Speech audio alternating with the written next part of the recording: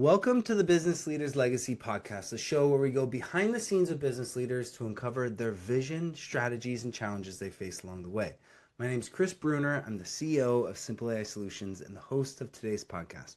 I'm excited to have Steven DiIoia, president of Axiom Coaching LLC. Steven is known for supporting executives, business owners throughout transitions, guiding leaders to reach their full potential and to help organizations reduce costs and grow, leveraging his extensive background in manufacturing and continuous improvement. Steven, thank you for being here. I'm excited to get into what your expertise today, but please, can you tell our listeners a little bit about you, your journey, and what exactly do you do in your business? Uh, Thanks, Chris. I appreciate it. Appreciate being here. And um, so my journey has been, I would say, a journey of leadership. And starting all the way back, I would even say into elementary school, I would receive leadership awards that continued into high school, being president of a junior senior class, again, receiving awards for leadership, into college, being a resident advisor, being president of some clubs, and then, like I said, just continuing through my career, not only, within my own organization, but also some nonprofits that I've been involved with and or have started. I was also uh, pastor of a church for 12 years, so I was the senior pastor and ran that. So it's been a journey of leadership. Underlying that has been my degree that I got in engineering and years in manufacturing that has kind of built me and my experience and also kind of my passion. So my passion for leadership, my passion for learning about leadership and then helping other leaders grow. And Axiom kind of pulls that all together. So Axiom Coaching helps we help a lot of businesses, but I like to say we help organizations because we do help nonprofits. We help not just manufacturers, although that's the kind of our bread and butter. We help all sorts of businesses, service providers. We've helped some government agencies, so organizations. And what we do for them, I would say, is we're kind of like the GP, your general practitioner.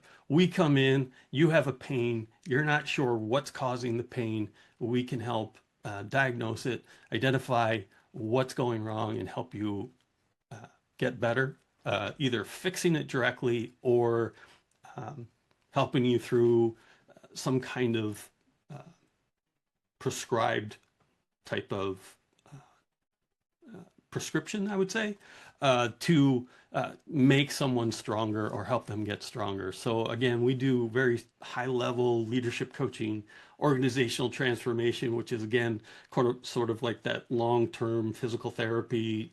It's not a one-shot deal, all the way through helping with system implementation, and then down to the very tactical where you just have to fix that process right there. And it's a quick fix of a process. So again, from very strategic to very tactical. Yeah, no, that's really cool. That's really interesting to see how you come in and just help businesses solve the problems, solve the bottlenecks, and figure out what is holding them back from, continuing to grow or push forward and using your leadership. That's really cool. It's really interesting.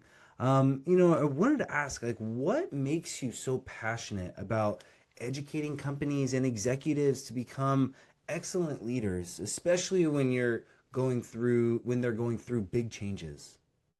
So part of it is my coming from a background. My family is full of teachers. My parents were both teachers. My sister's a teacher. My sister-in-law was a teacher. It's just been surrounded by teachers. Additionally, my upbringing, excuse me, from both parents being teachers, it was always a drive of learning.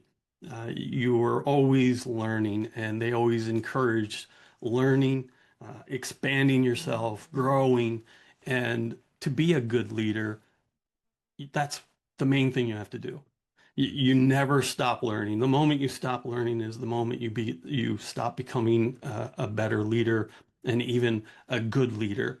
So it's that, and I think instilled in me to pass on and help other leaders to grow, to learn not only about uh, their organization and what could be wrong, but about themselves as well and help them grow and become better leaders.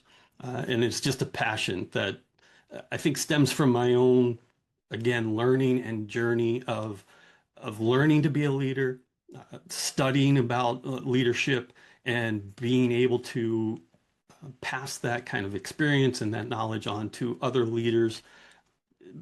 Because let's face it, as a leader, most I would say most leaders try to go it alone, and you just can't. You need that help. And in fact, there's a really good book out that tells about or talks about like the 6 relationships you need as a leader, and you can't go it alone. And you need these relationships to help you through your journey as a leader, not only for your organization, but for your own mental health. Yeah. So, yeah. Yeah, no, that's really interesting. There's definitely a lot to unpack there, and it's really cool to see that like the foundation of like the passion is like just wanting to learn. That's where it stems from. That's where it grows, and that's awesome, right? The curiosity. Like I was just talking to someone recently, and they were saying that like there's studies tied to just being more curious leads to like longer health and or longer life and better health, and just the thought of having curiosity, and just curious and to learn and to adapt, and it keeps you sharp and keeps you on your edge, and that makes so much sense of why that is so important for leaders. And so that's really cool. And so a little bit of the background I saw on you, with which you specialize in areas of like continuous improvement and lean manufacturing. How do you bring this deep experience from manufacturing world into your coaching to help leaders and organizations excel? So that's a really good question. So it's building on the skills of continuous improvement, lean manufacturing, Six Sigma. They're all improvement tools, right? So Lean Sigma and those types of programs, or if you want to call them kind of tools, they're all about basically root cause analysis and how you get to the root cause and how do you solve the problem and then excuse me, come up with the proper either correction, corrective action, or improvement to make the process, the system better. Um, One of my passions is nature. I love walking out into the environment, taking pictures. You can learn a lot about the world, about everything if you study nature. And nature is just a system. You have systems, or if you want to call them um, ecosystems or whatever. And it's the same in a business. And so you're looking at the business from their point of view. So that coaching is asking them the right questions. And to ask them the right questions, you kind of have to have that experience of the continuous improvement, of the root cause analysis, to dig deeper and know what questions to ask the leaders to help them become more self-aware, to recognize the problems that they may have, and also for you, myself, the coach, to learn more about them and their problems and how they're handling it, or how they're ignoring it, or what they're doing to avoid that problem, or what they've tried in the past to fix that problem. So it's really gathering that information. And it's, like I said, just root cause analysis, right? Yeah. You're asking them questions to dig deeper into them finding the root cause and you helping them find that root cause and then helping them find the solution and guiding them to it. So coaching, different than consulting, I do both. So if someone wants to hire me as a consultant, it's basically, I want you to come in and just tell me the answer. Where coaching is, I want you to help me find the Mm. right answer for myself and help me become more self-aware and help me develop into understanding the problem and what the solution should be. So you're kind of guiding as a coach, but again, you're still using that, like I said, that continuous improvement root cause to pick those right questions to ask the leader Yeah, no, what's going on. that totally makes sense. That's really cool. And there's definitely it's definitely really cool to hear how it like comes back to really figuring out like the core of the problem. Like you said, the root cause analysis. You know, I've done a little studying here with Lean Six Sigma and went through some courses and all sorts of stuff and it's interesting. It's really cool how being able to cut in certain areas and get down to just like the basics to really like figure out what is that root problem, you know, and because it's so surprising that like so many people focus on problems that are not the root cause. It's just surface problems, things that are being caused because of this root problem, but they're trying to fix it in ways that seem like it might work but not really sure. But when you do that, the process get to the root cause, it makes a difference. And so that's cool that that's like where it the foundation is. Yeah. So yeah, It's no. most people fix the symptom. They don't fix the root cause. So they Yeah. never get down to the real root cause. They're fixing symptoms of the root cause, and that's why it's again it doesn't help. And that's even with leaders themselves. They're not really driving down to the root cause. They're just kind of buzzing around to the symptoms and thinking, this is what I need to do as a leader. And it's like you're just putting a band-aid on a symptom. You're not really Yeah. addressing the problem. Yeah, no, seriously. I've yeah, I've seen it in you know, I have some healthcare experience. I've seen it in healthcare, I've seen it in business. I've seen it where people and just like human nature, I feel like we could pull plenty of different examples of just like we naturally want to take the path of least resistance because Yes. typically finding the root cause, it takes more effort. It pulls us out of that comfort zone. It takes humility too of like recognizing, admitting there's a deeper issue, you know, and so yeah, that's interesting. But Yeah. yeah, I love to keep getting into it. You know, I wanna know, you know, are there any like new trends with like technology that you're seeing within like the coaching or leadership, you know, development industry right now? So obviously, and you can't talk today about new trends without talking about AI. That's obviously one of the trends that everybody is moving towards or trying to move towards. So that's obviously a big one that is affecting basically everybody, and everybody's trying to dive into it. And I'm not saying they shouldn't. It's one of those things, obviously, for my own business, I'm looking at various AI.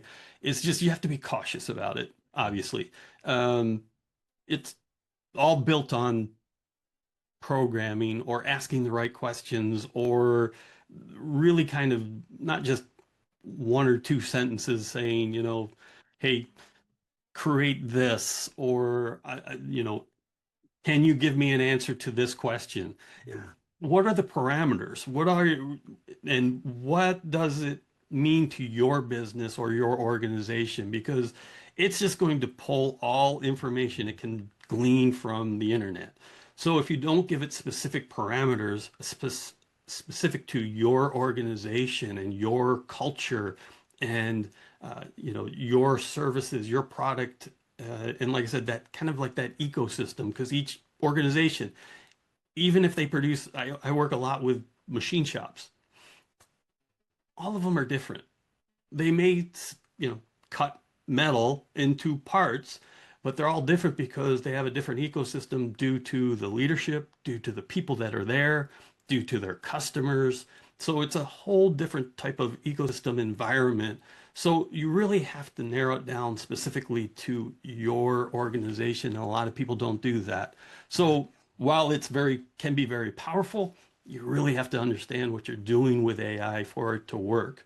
Mhm. And the other kind of trend that has developed and we have slid into and is the fractional type support. And that is fractional management. So either a quality manager, operations manager, or just being kind of part of the leadership management team because a lot of it kind of developed after COVID, not being able, a lot of the experienced workforce did not come back to work. So how do you fill that gap? And so one of the trends has been to hire, especially Axiom Coaching has kind of slid in there, and there's been other um, consultants that I know that have also slid kind of into this new trend of we're going to hire a fractional person to come in part-time, fill this position, guide us along, and it saves on money. We get the experience that we couldn't afford full-time, yet we're getting that experience and that background and that knowledge base for a fraction of the time, but also for a fraction of the cost. And so that's another trend that I kind of see that developed again out of COVID, and we kind of Axiom Coaching kind of slid into that pretty good. But obviously, the biggest one is AI. Definitely Yeah. AI. Yeah, no, it's interesting to hear, so, the tools, some of the tools there with the AI, and then some of the strategies with that fractional hiring, and it's yeah, it's really interesting. I when you were describing the AI, it brought me back to like what we were just talking about, how people, they just like throw an AI tool at it, expecting, all these results, and it really like AI is not gonna fix everything, right? It is a powerful tool, but you still need that human touch, right? With every part of it, right? Because people want to connect with people, and you can't just like throw it. It's like putting like you'd said, it's like putting a band-aid on a bullet hole. It's just it's not actually gonna fix the problem at all. It may affect one symptom a little bit, but it's not actually gonna solve the problem, and it's like exactly how you said, like it's like using it, knowing how to use it in the right way for specific needs is where it's at. And so Yes. yeah, yeah, yeah. Well, I wanted to know how your business is currently doing. What are some good things going on? What's working really well at Axiom Coaching right now? So luckily, business has been really good. We've been very busy. One of the things that works very well for Axiom Coaching is I don't have any employees except myself. And so I partner and use subcontractors. I actually use a fractional marketing director. She's great, but I don't need a marketing director full time on my staff. So it saves me again. You can adjust the cost based on the needs of what you need to do for marketing with a fractional person. With the subcontractors who are kind of now fractional consultants that work on my team that handle some of the business or some of the projects. Again, I can adjust. So if I need more time on the business and less time working on the projects, I can slide, them into more of the project work. If things are a little bit slow, I can slide them off of the project work. So that's been working really well, giving us that flexibility. Plus, gives us a little bit of depth of different perspective. Although I want those partners that I bring on board for this kind of subcontracting to kind of have the same work ethic and mindset as to how we treat the clients and how we go into a project and work with the clients. Um, but after that, I want them to use their own personality and their own style of solving the problems. I don't want them to solve them the way that I would. It's good to have, again, that second set of eyes on there or a different perspective coming in. to see something a little bit different than maybe I would. So it gives us the flexibility. It gives us kind of a depth of the bench, and it's been working very well for us. And like I said, it's helped us grow the business. Yeah, no, that's awesome. That's really cool to hear how it's coming together and it's working and it's busy, right? Busy Yeah. is a good thing. Yes. You know, every business goes through challenges. You know, I'm wondering, can you share maybe a past challenge that you have overcome at Axiom Coaching and what it did you learn from that experience? So I think I'd have to go back to kind of mention it with COVID and the fractional part of things. So COVID hit everybody hard. Mhm. It definitely hit uh, consulting hard because one, you couldn't go into any place, right? Doors were basically closed, or you were only an essential person for that business that could go into that business. So business dropped off not only because of that, but because money was tight. So things, tough for everybody. Coming out of it was the whole, okay, now like I said, the workplace kind of changed. People weren't coming back to work. There was this shortage of experience and shortage of of the leadership and the management people, the people with experience and the know-how. So we kind of saw that and started pitching. Not that it was new, fractional kind of work has been around. It's just Axiom was not in that realm yet.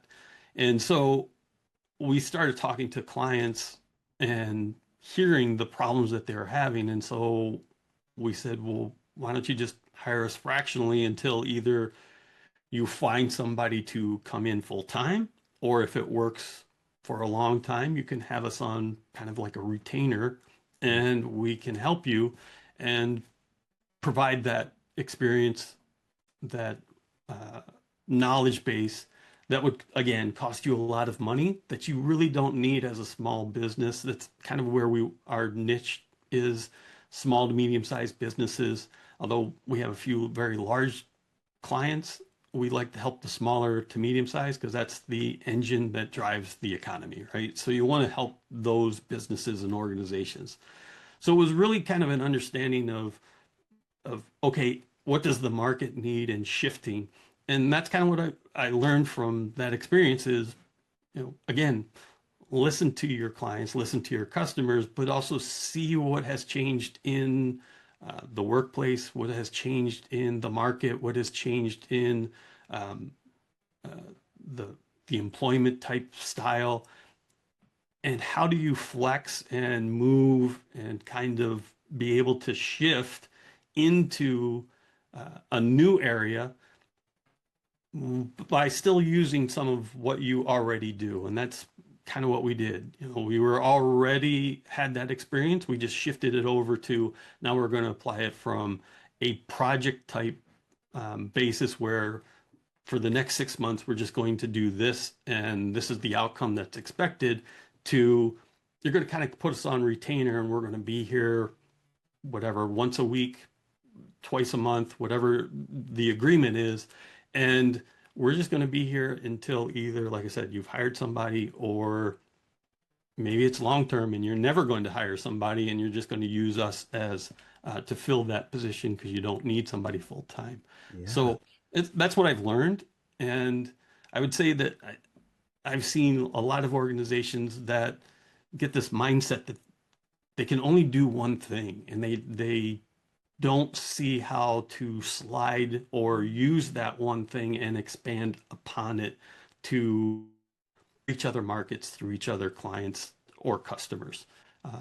And so that's kind of what I've learned from it, and it's helped me to have those kind of discussions with leaders who are kind of, like I said, tunnel vision, and Mhm. say, "Oh, we only do this one thing, and we only do this very well." Well, you can spin off from that and Yeah. grow from that, and um, take the risk. And that's what we did. I mean, it was taking a risk, kind of branding it.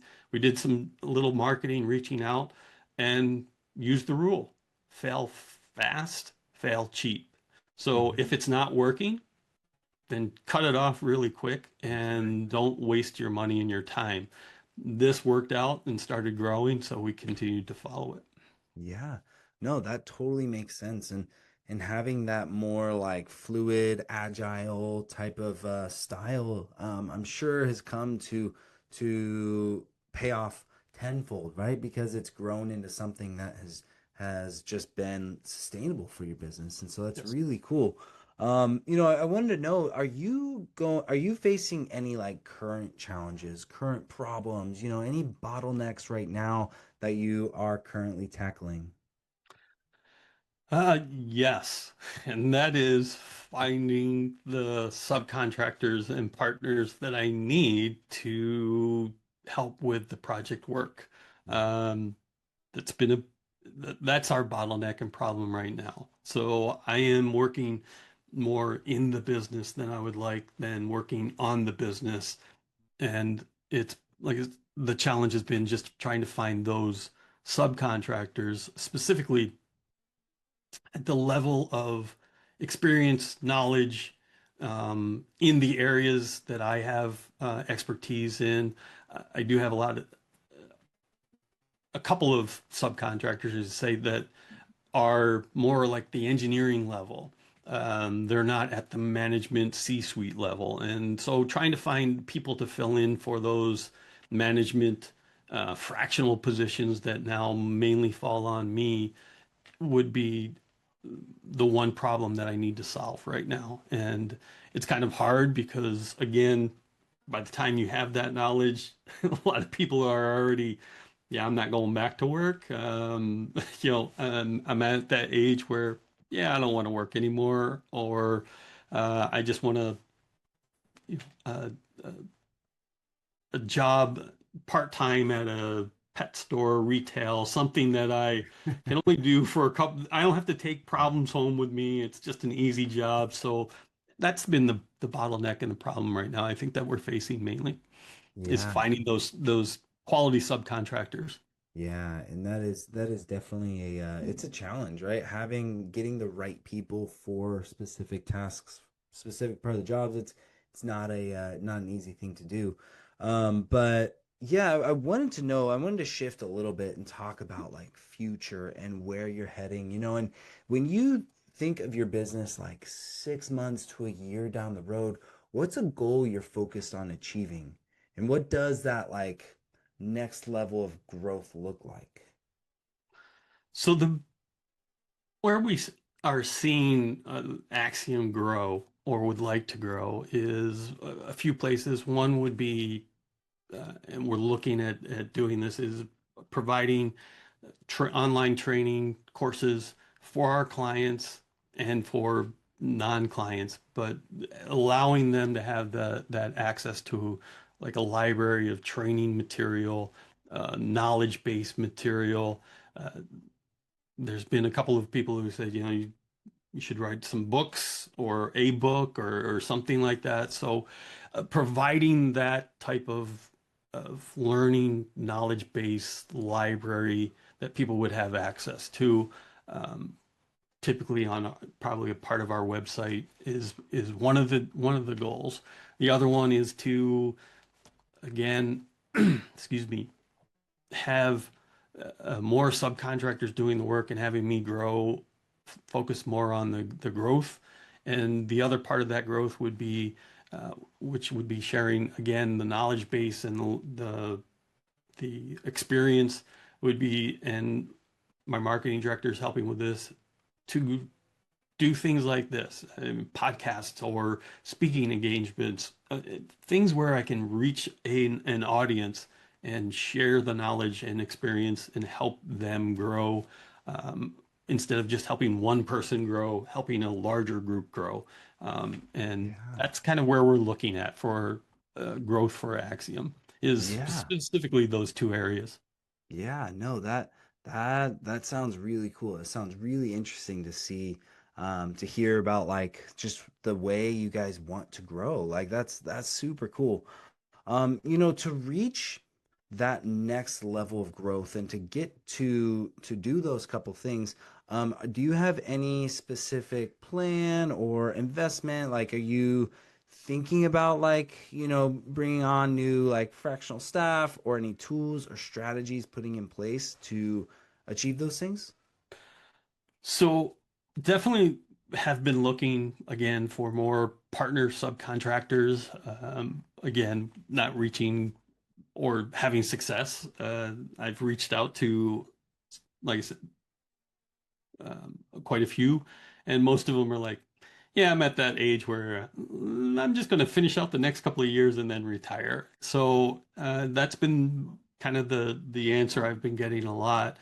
So one of the strategies that we're also considering is maybe having a growth track for people who are at the point where younger, I should say, people who are at the level of experience where they could possibly start getting into consulting. And I'm not talking straight out of college because I've had people, I've done uh, like seminars or lectures at universities. I've had professors say, "Can you come in and speak to my class?" And immediately afterwards, they're coming up and saying, "Hey, how can I be a consultant?" I'm like, years of experience first.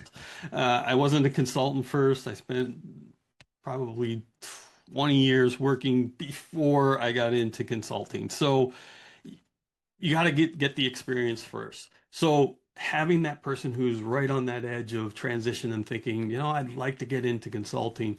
So one of the thoughts is developing a training track of mentoring and coaching these people who want to get into to consulting and they don't have the experience, they don't have the sales and marketing techniques to bring on new clients. So I do that for them and then mentor them on how to deliver the project work and how to deal with the clients. So that's kind of one of the strategies that we're thinking may help us bring more people on. The other one is, again, we're looking at, like I said, the training track. So that's involving looking at LMS, learning management systems, to help manage those training tracks. So that is another tool slash investment that we're looking at. Um, so those are kind of the next, I think, where we're looking. If we can't uh, find the people to come on board and the partners to come on board, why don't we just help create them and Yeah, help yeah, mentor them? So yeah. those are two things that we're playing around for the growth because it definitely, in order for us to really reach the next level, I kind of have to back out of the project work and more into the business, working on the Yeah. business. Yeah, no, and that's exciting. It's like an exciting place to be like working on the business and wanting to achieve that next level where the reach will be so much more and you'll be creating and this and that and building upon something. So that is exciting. That's Yeah, really cool. and we're Um looking forward to it. yeah, yeah. Well, I'm excited to see where it goes and how it comes about. But yeah, Steven, I've really appreciated the conversation we've had today. I think a lot of the things you brought was super cool, very interesting. I'm really grateful. I'm sure a lot of the listeners are grateful for just the insights you brought. Can you please share with our listeners a little bit more where they can find more out about Axiom Coaching and learn more about your programs and just stay involved with what you got going on? Sure, my pleasure. So you can always go to the website, which is axiomcoaching.org. We're also on Facebook, Axiom Coaching. We're on Instagram. We're also on LinkedIn. Uh, can always email me directly if you can't remember what the email is, which is steve@axiomcoaching.org. You can always reach us through the contact page on the website, or you can DM me on LinkedIn, Facebook. Typically, LinkedIn is the best way to really DM me or message me, or like I said, email. I always am getting email either through the computer, by phone. Can't escape it. So Yeah. those are the best ways. But you can check out, like I said, we post on LinkedIn, social, or Facebook, Instagram, and then, like I said, we're growing the website into more tools. We have blogs and information on there too. So we're already developing kind of a library of blogs and Yeah. information on the website for people. Yeah, no, that's super cool. That's really exciting.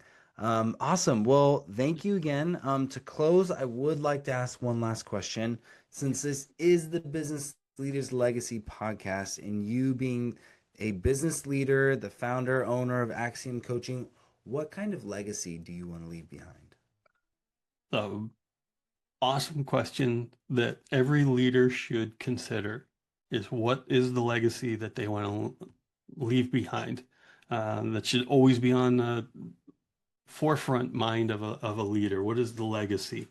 And my legacy is, I think that I want to help other leaders find that legacy they want and help them leave that legacy behind. It's that would be the my greatest legacy is building other legacy or building other leaders so that they can find their legacy and build that legacy and leave their legacy behind would be the greatest thing I think for Axiom and for myself. Yeah, awesome. That is honorable. That is a really cool thing. And so awesome. Well, thank you again, Stephen. I really appreciate just everything you brought to the table today. Thank you, Chris. I appreciate being on board on here and for you having me as a guest. Yeah, awesome. Well, to all the listeners out there, thank you guys for tuning in. We appreciate it. If you enjoyed our conversation today, please subscribe and we will see you next time. Thank you.